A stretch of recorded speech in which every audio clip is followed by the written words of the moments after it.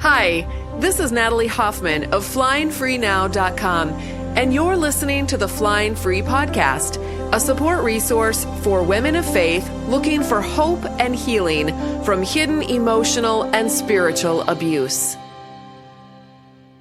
Welcome to episode 187 of the Flying Free Podcast. I want to thank you for listening.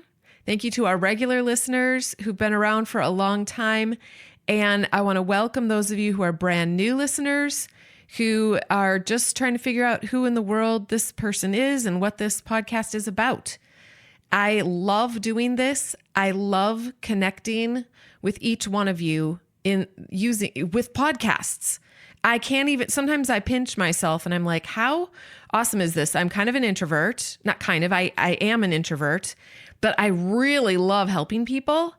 I and other people like me can actually help other people all by ourselves from the safety of our little cocoon office. And I just think it's incredible. It's like God put me in just the right time and space in the universe to do what I just love doing. So, but of course, we couldn't do this work if we weren't doing it together. We're not in a vacuum. We are connected in so many different ways that we don't even understand. But podcasting is just one way that we can connect. And I love it so, so much. Okay, today I'm going to answer two listener questions today. And by the way, if you are a listener, which you are, if you have a question that you would like to get answered, if you go to my website, and you can go to any of the podcast episodes on there, and there will actually be a little record button, and all you have to do is press the record button and record your question. If you wanted to go to this episode's page where the show notes are, you would just go to flyingfreenow.com/187. And you can actually go to any of the podcast episodes with that URL, just flyingfreenow.com/3/32. Whatever episode you want to go to, you can do that. Sometimes it's easy, especially if you hear me say, oh, I talked about this in episode 33. It's easier to find the episodes that way than it is probably on your podcast app, because some of the podcast apps don't put the numbers on there. They just put the title of the podcast. So anyway, just a little tip and trick. All right, let's listen to our first question. So my kids are teenagers now, and although I'm divorced, we are still in a very conservative kind of community, and it just occurred to me to worry about whether my marital status as a divorced person is going to harm them in their social opportunities in the future. I rationalize that it's still better that they have a mom than if, obviously I hadn't survived the situation that I was in before. But it is concerning to think that this is going to, have a negative effect on them in the future. If, my daughter likes a boy and his parents are like, oh, she comes from a divorced family. So navigating that, and how it could affect them in those ways and how to deal with that. Our brains love to worry about stuff. We don't have enough to deal with in our day-to-day challenges. We need to go into the future and borrow trouble from there, most of which will never happen, by the way. And then we need to bring that trouble into our lives today and layer it on top of today's challenges. Do you know why the human brain likes to do this? It's actually just protecting us from stepping out and taking any risks, from making decisions for ourselves that might change things and upset what feels normal to us. So borrowing future trouble comes from a place of love and protection in a lot of ways. We've got this little voice, this little part inside of us saying, be careful. If you worry about this today, you might be able to avoid some pitfalls tomorrow. Do you see that? And sometimes this actually makes sense. I mean, think about as parents, if we're at the Grand Canyon with our toddlers, we want to think ahead to how things could go badly if we're not planning for how to keep our child close to us and avoid a tragedy. Now, our brains are mostly pretty good at this. I think some of us have or had husbands whose brains didn't quite work this way, but that's a podcast episode for another day. Here's why borrowing future trouble isn't always helpful. As I said, most of the things we worry about never actually happen. That's not to say that they couldn't happen. I mean, it is possible that your daughter might meet a boy whose parents are so judgmental of the lives of others and so fearful for the future and so controlling of their children that they won't let their son date your daughter. It's possible that could happen. But it's also equally as possible that your daughter won't meet a boy with parents like that. It's also equally possible that your daughter will meet a boy with abusive parents. And maybe we should add that to our list of things to worry about. Or maybe she'll date a man who isn't a virgin or who tried a drug once. Maybe we should worry about that. Because if we think about it enough and stay up into the wee hours of the morning fretting about it, we might be able to dodge that bullet. And then our daughter can be happy all the time and always have everything go great. Maybe if we worry enough, she won't have a human experience like everyone else on planet Earth. She will have a perfect experience. But wait a minute. Do we really want that for our kids? No hard things? That would also mean no self-development, no growth in wisdom, no development as far as the depth of their character, no maturity, nothing really to give to anyone because our kids wouldn't then be able to relate to anyone else on earth. Yeah, I don't think we really want that for our kids. Do you see how problematic this is? First of all, our precious and adorable and actually well-functioning brain actually thinks that we can avoid trouble if we worry about it. And secondly, this amazing brain of ours actually thinks that it's a good idea for our kids to have a perfect life with no problems. And to top it off, our fabulous and wonderful brain, and I'm being serious when I say that, I am not being facetious or exaggerating. Our brains are incredible. These brains believe that it's actually possible for us to control all the things and all the people so that we can give all of these good things to our children on a silver platter. And if we don't do that, that we have failed them as a parent. Really, this is why I think we believe that God is a certain way, why we put God in a certain box. Think about it. Many of us believe that God is our heavenly parent who is supposed to help us avoid all the troubles and control all the people around us and give us happiness and smooth sailing all the time. I mean, if he was a good God, that's what he'd do, right? And if he doesn't come through for us, then one, he either doesn't exist, or two, he doesn't love us, or three, maybe he just doesn't have the balls to show up. Do you see how we put the creator of the universe in this itty bitty box that looks just like a human being, and then we stick ourselves in that same box, and it doesn't really serve anyone? So I believe God created us to have a human experience on planet Earth that is both miraculous at times and challenging at times. It is both full of ecstasy and it also is full of sorrow. He never promised us that the Garden of Eden here on earth, he never promised us that we would be perfectly happy and totally safe and surrounded by amazing people who just love and support us and are all in on us. If we had that, if we had that, we would probably be an asshole and no good to anyone. What he promised is to be with us no matter what. That's it. He promised his presence in our earthly existence to walk with us through the good and the bad things that happen to us, through the good choices we make, as well as the problematic choices we make that bring consequences into our lives.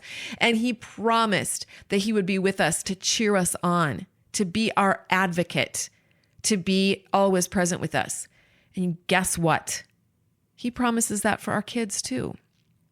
So if you're worried that your kids are going to miss out on social opportunities because their mother is divorced, well, let's just go there. Let's say that happens. Do you know what that means? That means your kids are in for a human experience. They are going to discover what it means to hold space for others and what it means to be an asshat.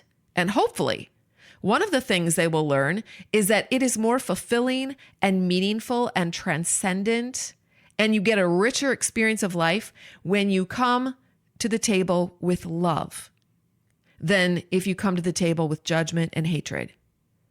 As a mom, you can choose to feel like you have failed your kids for getting a divorce, which, by the way, half of the world has also experienced.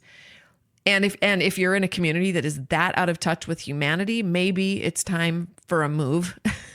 Or you can choose to believe that you are fulfilling your destiny as a mom by providing your children with some amazing, profound, deep human experiences that so many millions of people have also experienced, that are going to increase their capacity to love and will serve them into their golden years.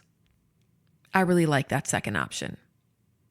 All right, before we go to the next question, I want to share a little clip from a meeting that I had with, I get together with the women in the Flying Free program and the Flying Higher program every week. And this particular one was a meeting with the Flying Higher ladies. And one of the women shared something that I thought was super encouraging. And I asked her if I could share the recording of this clip with you guys. And so let's listen to it right now. I have a strange thing that's going on. I came into Flying Free quite a while ago. I don't know like how long, but I came into Flying Free and then moved to Flying Higher. And now, for whatever reason, I don't have big, huge, overwhelming feelings anymore. Like my life is like very level, and it's really strange. Like if I don't have a coaching thing I need, it's just a strange concept. I'm going to enjoy it. But every now and then I'm like, well, where's my drama? I don't have any drama. I don't have any crap going on. I don't know what to do with myself. How do you feel about that? Do you like it, or do you kind of? I adore it. It's my favorite thing. So yeah, it's my favorite thing because then it's given me energy to move into other things like helping other people and starting a program at my church for abused women, and just, moving that same energy that used to be bound up in all the drama and chaos that was my life. And then I just have the energies there. So I'm like, yeah, I could do that. If somebody's like, hey, can you do this? Sure, I got time. I got bandwidth. Whereas before I'm like, I can't do anything. All I can do is breathe. That's all I can do. Oh my gosh, that was so good. Wasn't that fabulous? I love that testimony. And she's not the only one who has said similar things to that. What she's trying to communicate there is that, because I can relate, and I'm sure many of you can relate to just constantly going from big, huge swinging emotions, mostly because how I think about it now is that there's all these parts inside of us that are activated by trauma, past trauma in our life that comes up whenever we experience what we call a trigger event. Something someone says, or something someone does, or something that we see triggers a memory that's stored in our body from past trauma. And then we have an immediate reaction, a visceral reaction. And those parts inside of us are activated. And oftentimes because of that, we're unable to, we self-sabotage. We do things that we look back on and we're like, oh, why did I do that? I wish I hadn't done that. I wish I had, it's just, it's a feeling of being out of control and dysregulated on a regular basis. And one of the things that I love about the work that we do in Flying Free and Flying Higher is that we learn how to listen to those parts and love those parts and heal those parts so that they are not activated by trauma anymore. So that those parts are you. Those are the different parts of you inside. And when those parts feel seen and heard and understood and deeply loved and connected to, they calm down. They're like little children who just need to know that their mommy and daddy love them and are there for them and are there to keep them safe. The core you, the part of you that is whole and complete and aligned with the Holy Spirit, that's the part of you that has this beautiful opportunity to be the leader of all these other parts that are feeling so dysregulated because of trauma. So anyway, that's the work we do. I would love to have all of you who aren't already in the program join us in the programs to do this work. Flying Free is for women who are still married or are separated or are in the divorce process. And then Flying Higher is strictly for women who are already divorced. They're on the other side of divorce. They're no longer going through the divorce process. They're done and they're rebuilding. We do different kind of work over there. We do a lot of the same work in both groups, but it's a different kind of practical work over in Flying Higher than it is in Flying Free. So you can learn more about each program and apply for those programs by going to joinflyingfree.com or joinflyinghigher.com. Made it super easy. Okay, let's listen to the next question. Hello, I am currently separated from my husband and have been for about 10 weeks. Sadly, in our marriage, there has been many different kinds of abuse and sexual assault. And I keep hearing from elders and older, wiser people in my congregation that forgiveness would eventually involve reconciliation if he shows fruit of repentance. Is this true? Is it possible that he could show fruit of repentance and that it is still okay for me to remember what he has done and choose a different path other than a reconciled marriage? Thank you for your time. 100%. It's absolutely normal and healthy to forgive and also to have healthy boundaries around your life, which may mean not allowing your abuser back into your life in that kind of intimate way. Forgiveness does not automatically mean reconciliation, even if your abuser supposedly repents, which is often questionable, by the way, since the vast majority of abusers, one of their MOs is that they pretend to repent. It's part of the abuse cycle. So all of these older and wiser folks, they may be older, but when it comes to understanding the nuances of abuse, they are not wiser than you. You are the one God is giving wisdom to for your own life. I promise this is true. In the Flying Free program, I'm in the community forum every day, answering questions and interacting with women. And one of the discussion threads recently was on this exact topic. And here's one of the things that I wrote. Forgiveness is simply giving up your right to have revenge on that person and what they did to you, and handing that person over to God. It's trusting that God will make everything right one day, so we don't have to. Forgiveness brings us inner acceptance and peace, not the person we are forgiving. Forgiveness doesn't always fix problems or make reconciliation possible. You can forgive and love someone and also choose to love yourself enough to leave them if they are destroying you.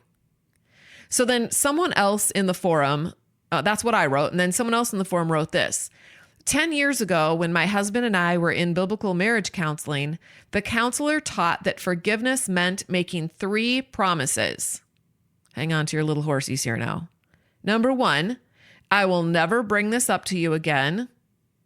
Number 2, I will never bring this up to others again. Number 3, I will never bring this up to myself again. So I'm trying hard to breathe right now. So he had free reign to dump whatever garbage and abuse upon me that he wanted. All he had to do was say, please forgive me. And I was silenced forevermore. Or else I was being unforgiving, and therefore God would not then forgive me for my sins. I was traumatized for years by this teaching. Yeah, right? Basically, this counselor was teaching this woman to gaslight herself and stuff unprocessed trauma under the rug, which of course, you know what that does? It increases the trauma exponentially. Now, I wrote an article about forgiveness on my website a few years ago, and I'm going to read the last part of it on this podcast episode, but I'll link to it in the show notes so you can read the whole thing if you want later. So what does the process of forgiveness? And by the way, I'm not the last word on forgiveness. There's a lot of people who have written about forgiveness out there. I mean, both really good things about forgiveness as well as really destructive things about forgiveness. So you kind of have to be careful. In my program, I have one of the resources that I have, it's just kind of a random bonus resource, is a page full of what I consider to be like the cream of the crop of amazing articles online. Like it takes a lot. It has to be an amazing article to get on this list, but there's a list of a whole bunch of them. And there are several of them about the subject of forgiveness that are just really, really excellent. But anyway, this is the one I wrote. And so I'll just read part of it. So what does the process of forgiveness look like? How many of you were told that you were unforgiving, bitter, angry? What does it mean to forgive? The fact that forgiveness is needed implies that something has been taken from someone. When you are an abuse target, you've had many things taken from you: your voice, your personhood, your dignity, your respect, your money, your safety, your freedom, your opportunity to be loved, your career, your truth, your past, your emotions, your ability to think clearly, your dreams, and many other opportunities, both tangible and intangible. Forgiveness is letting go of your right to make things right and letting the other guy off the hook. He doesn't owe you anything anymore. You forgive his debt to you for taking all of those things away. So you can actually forgive without the other person ever acknowledging that they took anything from you at all. The fact is that your abuser or whoever did this to you owes you big time. The other fact is they won't ever admit it. And the last fact is they will pay out the nose one day. To be a daughter of God means letting him dole out the appropriate justice. Vengeance is mine and all of that, right? But you don't need to worry your weary heart over that. You get to forgive the debt and move forward. Vengeance for us as humans is a waste. It's a heavy burden in and of itself. It drains you of the emotional energy that is better directed toward your healing and moving forward into all the future opportunities you've previously missed out on because of him. You've got some catching up to do. So letting go of the desire to have your vengeance is freeing. So forgiveness is you saying, hey, abuser, you stole from me. And by the way, you don't necessarily say this to them. You say this in your mind, right? You stole, because saying something to our abuser, does that really help? Do they just have an epiphany and go, oh, I feel so enlightened. Thank you so much for pointing that out to me. No, abusers don't do that. That's why they're called abusers, right? So forgiveness is you saying, hey, abuser, you stole from me and you owe me what you stole with interest, but I am forgiving you the debt and moving on. Goodbye. Now I would add to this part that what I'm doing is I'm saying, now you don't owe me the debt. Now you owe it to God. God is the debt collector now, not me. That's what you're doing. Okay. I should really update the article to say that. And guess what? Forgiveness is not a one-time thing. You don't just say, oh, I forgive you, and all the emotions are completely gone. That is a ridiculous, idealistic notion, not rooted in reality. So anyone who says that you can do that is high on drugs or something. Forgiveness is something that God does inside of you. And it is a process that can take a long time, depending on the level of the abuse or the wrong that was done. Now, yes, you occasionally we hear a story where someone says, I just had a light bulb moment. I completely forgave the person who killed my child or who raped me when I was a kid or who, abused me in my marriage. I completely forgave them and I was set free. Yeah, I mean, I've heard stories like that, and kudos to them. But honestly, those are the exceptions to the rule. I think most of us have to go through this process. Even Corrie ten Boom even talked about this when she was at her sister Betsy had no problem forgiving all the Nazi crazies, but Corrie ten Boom had a very difficult time forgiving them, and it took her a long time to figure. And in her book she describes it like it's like ringing a bell. I think this is what she said. It's been many years since I read this book, but from what I remember, it's like ringing a bell, and the bell kind of has an echo that echoes. So, that's what you ring the bell and you forgive, but then there's an echo. So you have to, but eventually, it fades. Okay. So here, let's get back to the article. If someone bumps into you at work, you can forgive them easily. If they hit you, you're going to have a harder time forgiving them. If they kill your child, you may spend a lifetime dealing with forgiveness. You may think you've forgiven them one day, and then something will trigger you and all that hurt and rage will rear up and howl at you, threatening your stability. That's what the gospel is for. Jesus died for that. He loves you. He gets it. Let him do his own work in you over the course of time. If others don't understand and they can't handle this process that you're in, that's their problem. That's not your business. That's their business. Okay? That's their work to do. And I would just say too, the more we fight against this process, I'm getting away from the article again. The more we fight against this process, the more dirty pain we're going to experience and the harder it's going to be. The more we think, oh, I have to do this. Oh, I've got to do this now, or I'm on a timetable, or I can't believe I haven't forgiven yet, or I can't believe I'm still dealing with this. I can't believe this is still coming up. The more judgmental we are towards ourselves, the more condemning we are, the more shaming that we are to ourselves, the longer this process is going to take. The only way that we are going to get to the place where we can let go of their debt to us and let God take it over, let him be the debt collector, is if we are giving ourselves space and love and 100% in on being madly in love with ourselves and our own, having our own back in this process, saying it's okay. Think about it. When someone's putting pressure on you to do something, are you motivated to get it done?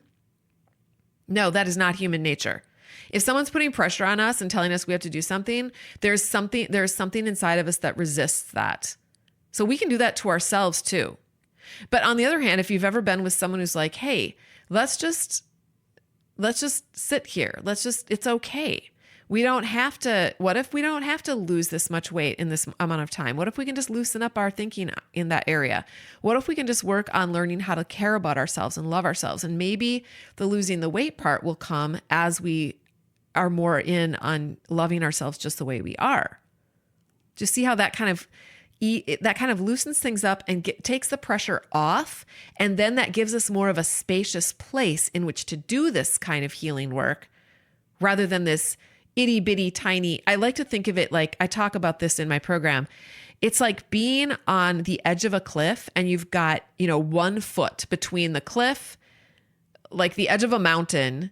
You're up against the edge of a mountain and then 1 foot away is a drop off. And you have to somehow live your life on that 1 foot of space between a cliff and a drop off. Are you going to be able to dance? Are you going to be able to feel free? Are you going to be able to move and live and have your being in that place? Absolutely not.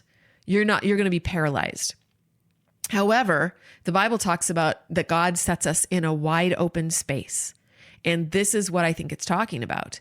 If you can dance and sing and move and try new things and take risks, if you are in an open field and your body is free to move, right? That's what I'm saying. We need to give ourselves that space to do this kind of healing. Otherwise, we're just going to be stuck and paralyzed.